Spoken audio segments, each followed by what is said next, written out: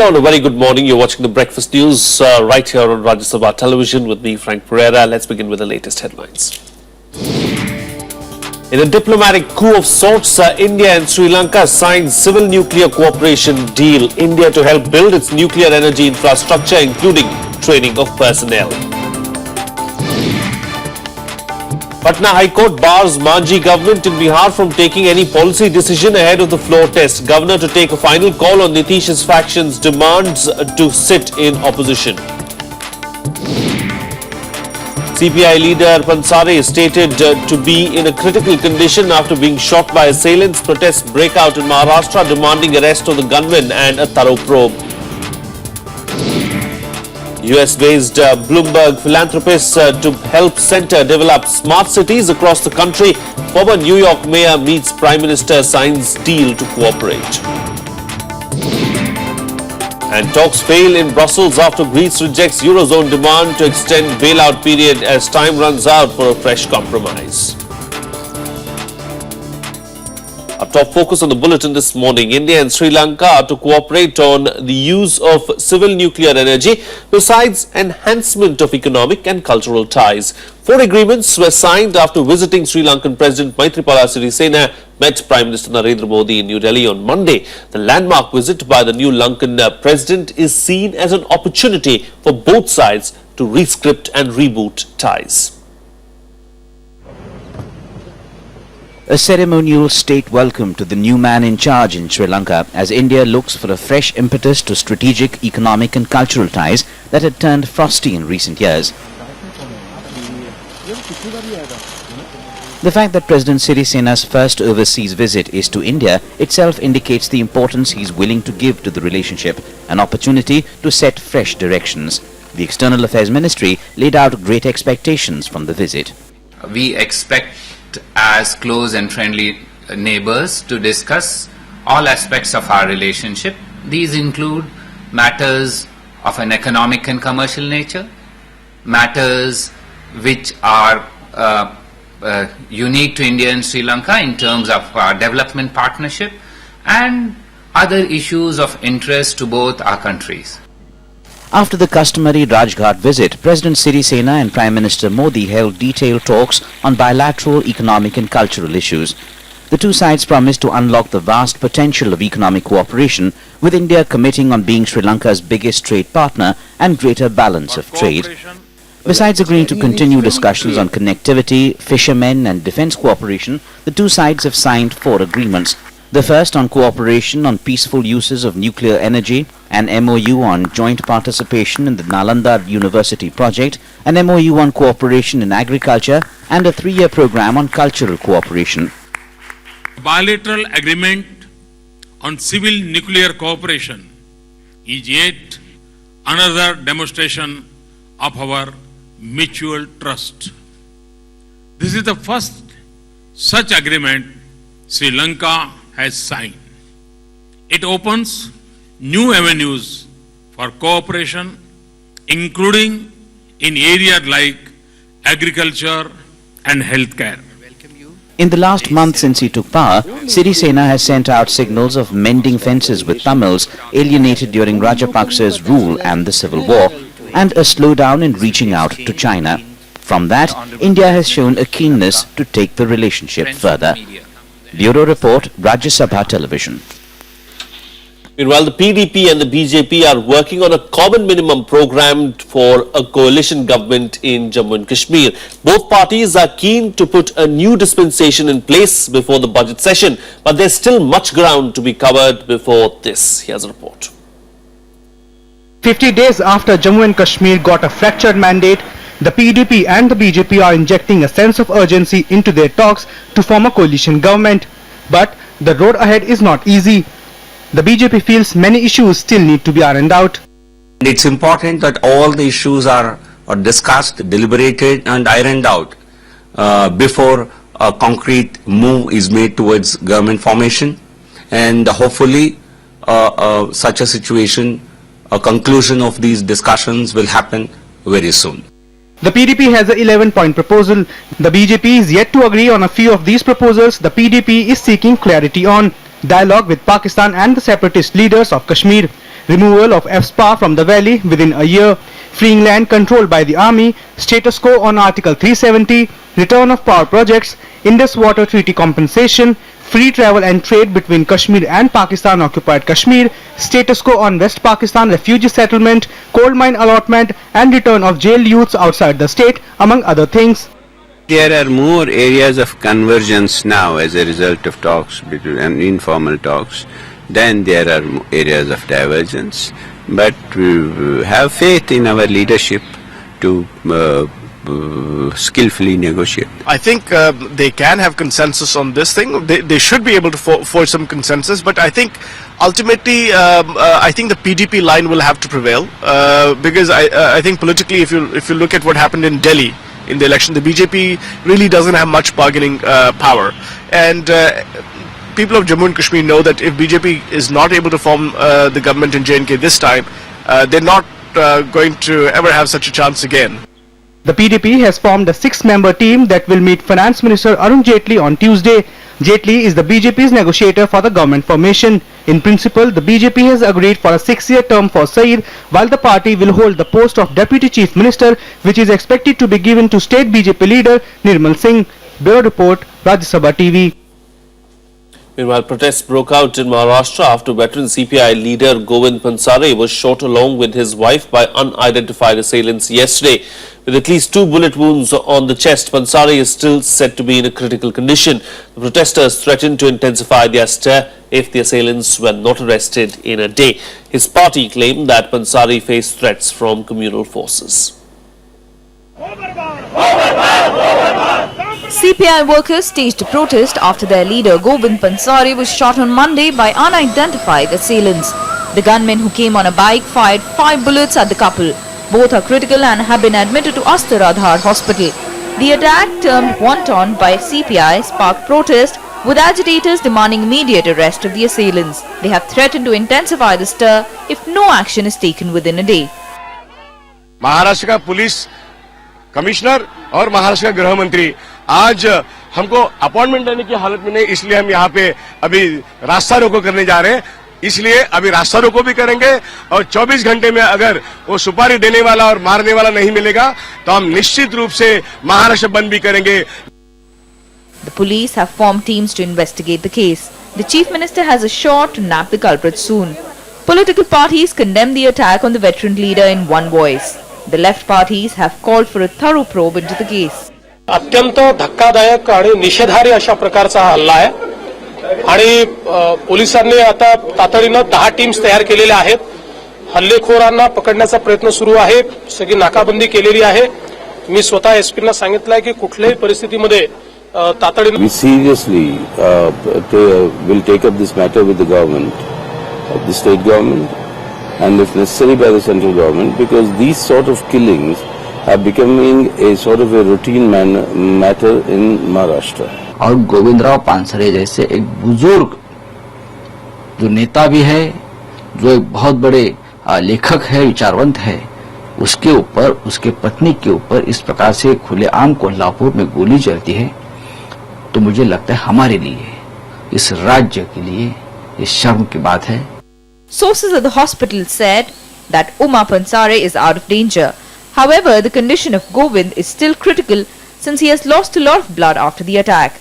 Pansare is a rationalist leader and has been leading several movements and protests. He is a strong follower of rationalist Narendra Dabolkar, who was killed in Pune. Bureau Report, Rajya Sabha TV. Meanwhile, Prime Minister Narendra Modi and former Mayor of New York, Michael Bloomberg, have announced a partnership between Bloomberg Philanthropies and the Urban Development Ministry to take the government's ambitious Smart Cities initiative forward. Under the partnership, Bloomberg Philanthropies will provide funds and other assistance to Urban Development Ministry to implement the Smart Cities project in select cities. The announcement was made after Bloomberg's meeting with Prime Minister Modi. This was his second meeting with Modi, the first being during the Prime Minister's US visit in September last year.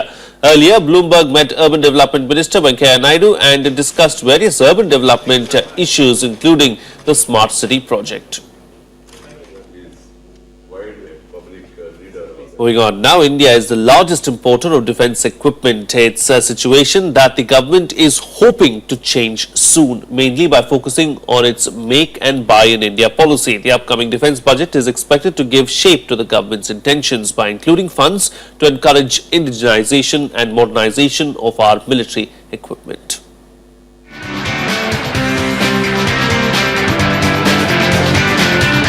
Currently, we permit 26% FDI in defense manufacturing. The composite cap of foreign exchange is being raised to 49% with full management control, Indian management and control through the FIPB route. Even without the hike in the FDI cap announced by the finance minister last year, India depends heavily on foreign markets for defense equipment. Domestic equipment is just 30% compared to 70% that's procured from abroad, which is why the upcoming budget is expected to focus on Make in India. It's undoubtedly indigenization, I think, goes at the very heart of our defense preparedness. Unless we start making major systems and integrating them at home, we cannot be sure of our defense capabilities overall. And I think the Prime Minister is laying a lot of focus on it. Defense procurements are a key area where the Defense Minister wants to signal big changes through the budget. In the last 3 decades, India has evolved significant design capabilities, from the missile program to its nuclear propulsion program. The list includes a series of light helicopters, the Tejas light combat aircraft, the Arjun tank, and an array of naval technologies that drive warship building. Then there are safeguarded technologies in electronic warfare, combat management systems, and secure communications. However, CAG is not happy. As it points out, 90% of the systems and subsystems of the Dhruv helicopter are sourced from abroad. The Tejas LCA and the Arjun tank also have high percentage of foreign components. While the warship building program has made indigenization a priority, 60% of the weapons and sensors in most Indian-built warships continue to be sourced from abroad, including in the recently launched aircraft carrier INS Vikrant. We have two kinds of need. Firstly, the deficiencies must be made up as quickly as possible.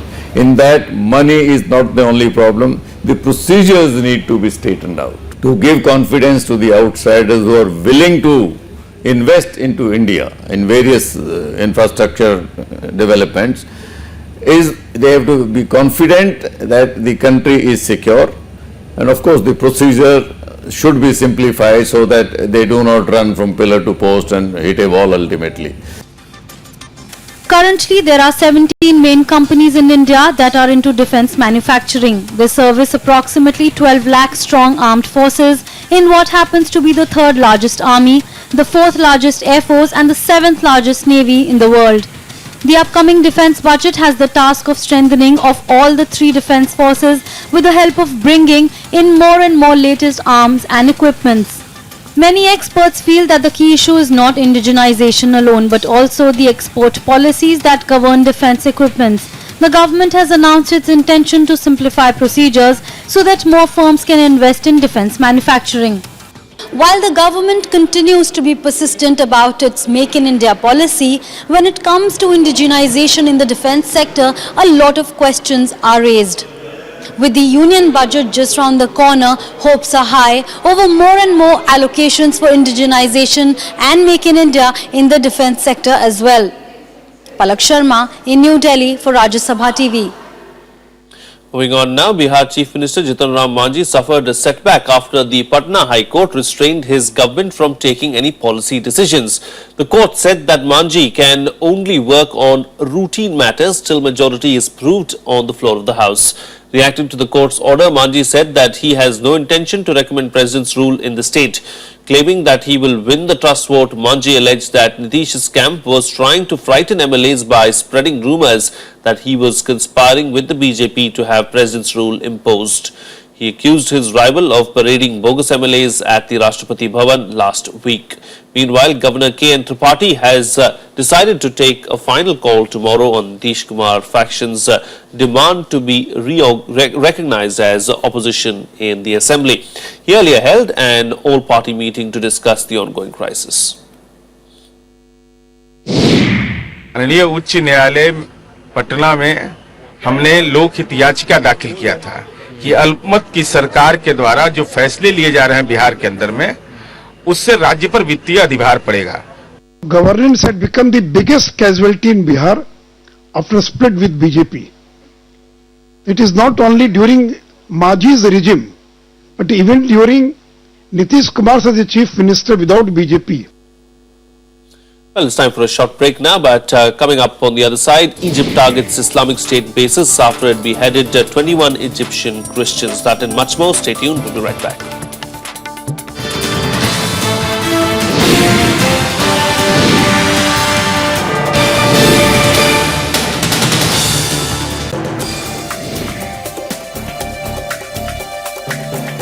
Aimed at protecting the marine environment and human health. All Indian ships will now have to comply with the anti-fouling.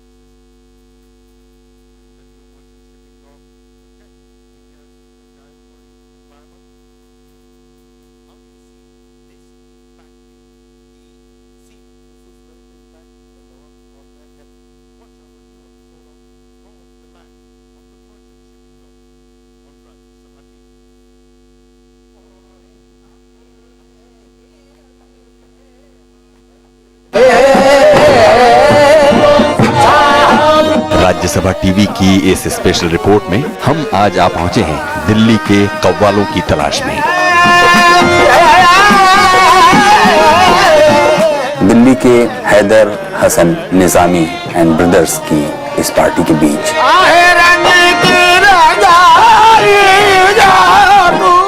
Qawwali क्या है? कव्वाली दरअसल है कौल। कौल जिसको कहते हैं वो जैसे कि बुजुर्गों का कहा हुआ। सूफी कव्वाली औलिया इकराम बुजुर्गान दीन के रूहानी ग़िज़ा है। देखिए हमारी खास पेशकश रंग महफिल नियाजी निजामी ब्रदर्स सिर्फ Rajya Sabha.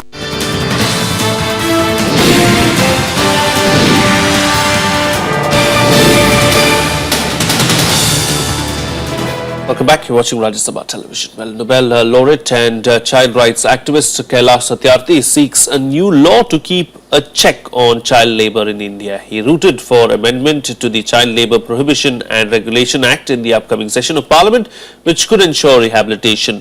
Satyarthi estimated that children accounting for 6% of the country's population are forced into work. He believes this has nothing to do with parental poverty, illiteracy or ignorance. According to the Nobel laureate, children are enslaved because employers benefit by getting their labour for free or for a pittance. Satyarthi was awarded the Nobel Peace Prize last year for his battle against child trafficking with Bachpan Bachao Andolan. और इस नए भारत में हम सुनिश्चित करें कानून के जरिए भी और उसे इम्प्लीमेंट करने के जरिए भी कि 14 साल तक का कोई भी बच्चा, कम से कम 14 साल तक का कोई भी बच्चा कहीं भी बाल मजदूरी न करे। उसमें कोई भी बच्चा जो बाल मजदूरी से छूटेगा, 14 साल तक के प्रत्येक बच्चे और 14 से 18 तक के खतरनाक उद्योग वाले बच्चे या बुरी हालत वाले बच्चे, उन बच्चों को पुनर्वास का प्रावधान कानून के अंतर्गत हो और उनको ये सुविधा कानून के तहत मिले। All the other national news and updates in our special segment Nationwide. At least 10 people were killed and over 40 others were injured last night when a bus fell into a valley in Madhya Pradesh. The bus was on its way to Galiakot in Rajasthan from Indore when the mishap occurred. The driver lost control, following which the bus fell into a deep valley. 2 more people died of swine flu virus in Uttarakhand on Monday. The death toll from the H1N1 virus this year has soared to 585. At least 100 casualties were reported across the country in the last 3 days, prompting the centre to order additional stocks of medicines and diagnostic kits. A Tata court in Mumbai will pronounce the quantum of sentence against gangster Abu Salem and 2 others in the murder case of builder Pradeep Jain. The court convicted Abu Salem and 2 others under the Tata law yesterday. This is the first case after Salem's deportation from Portugal in which he has been held guilty of a terror act. Well, let's now get you an update of what's lined up for the day today in our segment, The Day Ahead. External Affairs Minister Sushma Swaraj will be leaving for Oman on her first bilateral visit to the Gulf country. She will be holding talks with her Omani counterpart Yusuf bin Alawi bin Abdullah during the two-day visit. The key areas of discussion are expected to be that of trade and security, with an emphasis on piracy and cyber crimes. Talks are also likely on issues pertaining to nearly 3.5 lakh Indians in Oman.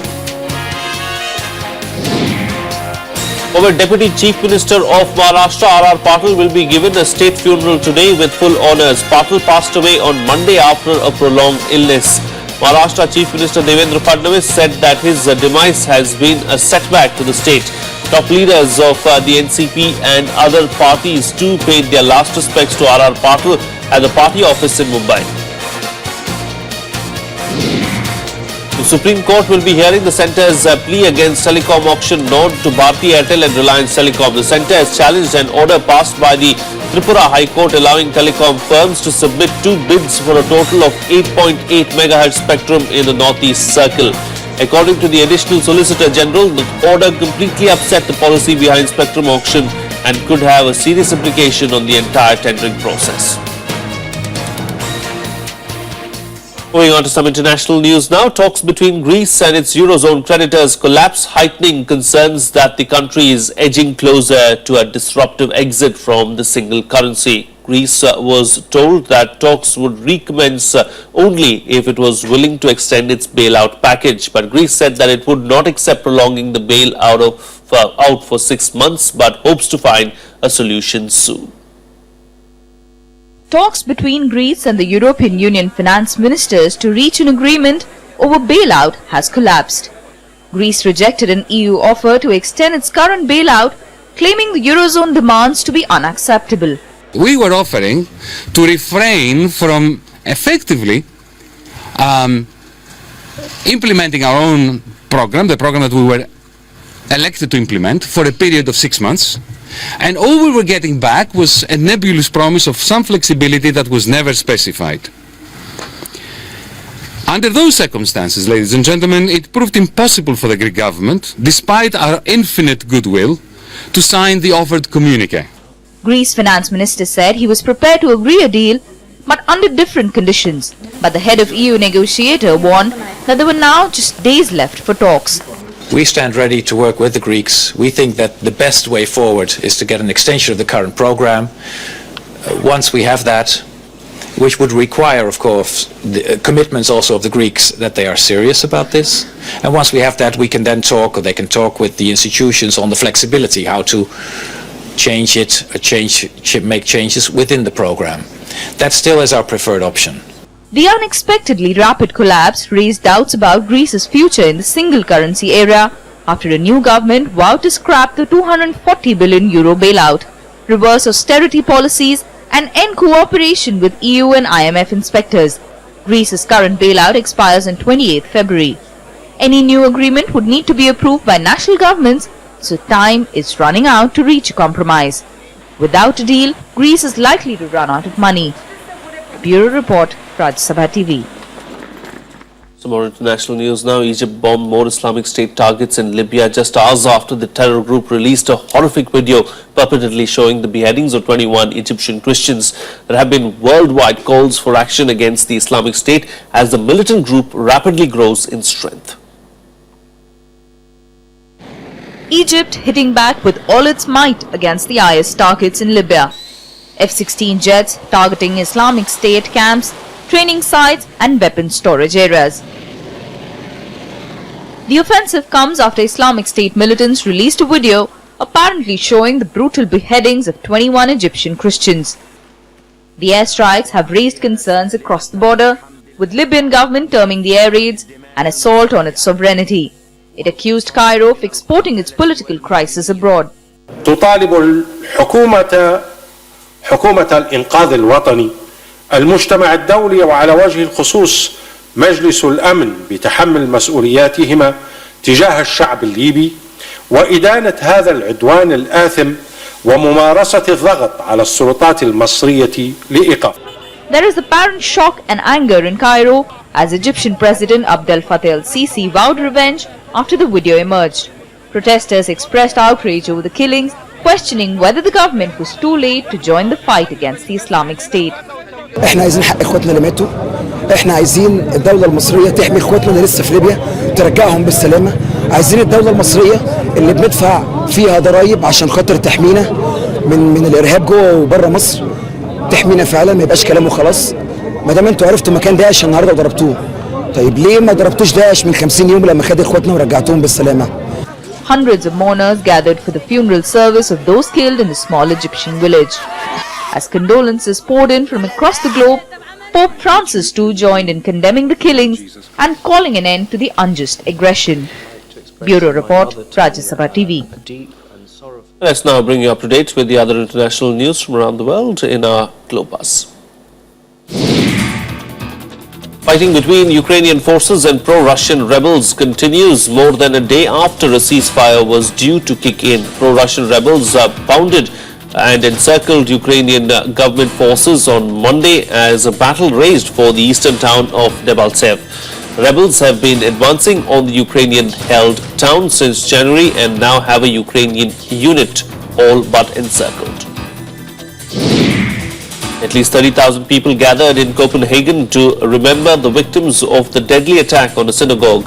A memorial was held around the country after the Copenhagen attacks on Sunday. Denmark's Crown Prince Frederik was also among the attendees at the memorial. 2 people were killed and several others were injured in the twin shootings on Sunday. A train hauling crude oil derailed in the United States, setting a number of cars ablaze, destroying houses and forcing evacuation of 2 towns. This is the second significant oil train mishap in 3 days. The train was hauling 109 cars from North Dakota to the coastal town of Yorktown, Virginia. Nearly 9 or 10 cars exploded at intervals of about every half an hour. Moving on to some sports news now. New Zealand has packed off Scotland for a mere 142 runs in their second match today in the World Cup at Dunedin. Kiwi captain Brendan McCullum won the toss and sent Scotland into bat. He was proved correct as both his opening bowlers Trent Boult and Tim Southey were on hat-tricks. Scotland crumbled to 4 for 12 inside 5 overs before Matt McCann and Richard Berrington saved the Minnows from embarrassment with a 97-run 5th wicket stand. They too fell in quick succession. Corey Anderson and veteran left-arm spinner Daniel Vettori took 3 wickets apiece to dismiss the Scots cheaply.